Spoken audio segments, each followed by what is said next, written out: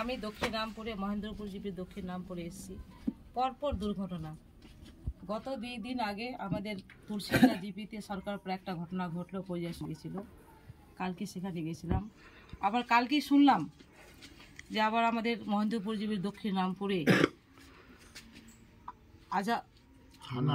হান্নান আলীর ছেলে, বাবার নাম হান্নান আলী আর ছেলেটার নাম ইজমান আলী, সে 10 দিন আগে মানে 11 তারিখে হরিয়ানার ফরিদাবাদে কাজ করতে গেছিল পরিযায়ী শ্রমিকের।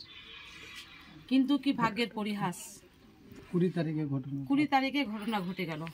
বাবার সাথে কথা বললো, খাওয়া দাওয়ার কথা বললো, আর সকালবেলায় কিন্তু বাবা ছেলের কথা শুনতে পারলো না। এটা কত বড় দুঃখ, একমাত্র বাবা মাই বুঝতে পারছে যে এই দুঃখটা বাবা মা ছাড়া অন্য কেউ বুঝতে পারবে না। আমাদেরও প্রাণটা কাঁদছে যে এই অল্প বয়সে বাবা মার কাছে একটা বুকের ধন চলে গেল। তো যাই হোক, আল্লাহ তালার কি পরিহাস আল্লাহ তালাই জানে। এই দুর্ঘটনা পরপর ঘটে যাচ্ছে। আমি শুনলাম, শোনার পর আমি শামীমকে ফোন করেছিলাম, শামীম ব্যাপারটা এরকম, আজ রোজার দিন আছে, রোজা খুলে আমি সন্ধ্যাবেলায় যাব। তো শামীমকে ফোন করলাম, শামীম আমি বলেছিলাম যে তোমরা সবাইকে বলো আমি যাব, তার পরিবার পাশে যাব। এবং আমি ব্লকে গেছিলাম, বিডিও সাহেবের সাথেও এক প্রস্ত আলোচনা করে আসলাম। দেখা যাক কতদূর আপনাদের আমি সহযোগিতার হাত বাড়াতে পারি।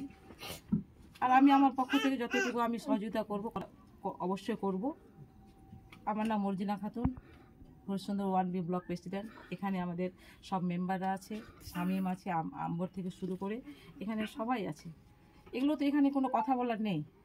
দুঃখ, মর্মান্তিক ঘটনা না বললেই হয় না, তাহলে মানুষ জানবে কি করে যে কোথায় কি ঘটনা ঘটছে। বারবার আমাদের এই মানে মালদা জেলায় অনেক পরিযায়ী শ্রমিক মারা যাচ্ছে। তো যাক, আপনি চিন্তা করবেন না, টেনশন নেবেন না। আপনাকে আল্লাহ তাআলা যেন ধৈর্য দিক। আপনার তো বুকে ধন চলে গেল, ধৈর্য দিক। যে 2 আছে ছেলে, 2 মেয়ে আছে, এদেরকে দিয়ে রাখবেন, এদেরকে দেখবেন, এদেরকে দিয়ে থাকবেন। ও তো চলে গেল, ওর জন্য দোয়া করবেন, বাবা হয়ে দোয়া করবেন। রমজান মাসে মারা গেছে, ওর জন্য জান্নাতবাসী হয়। ঠিক আছে।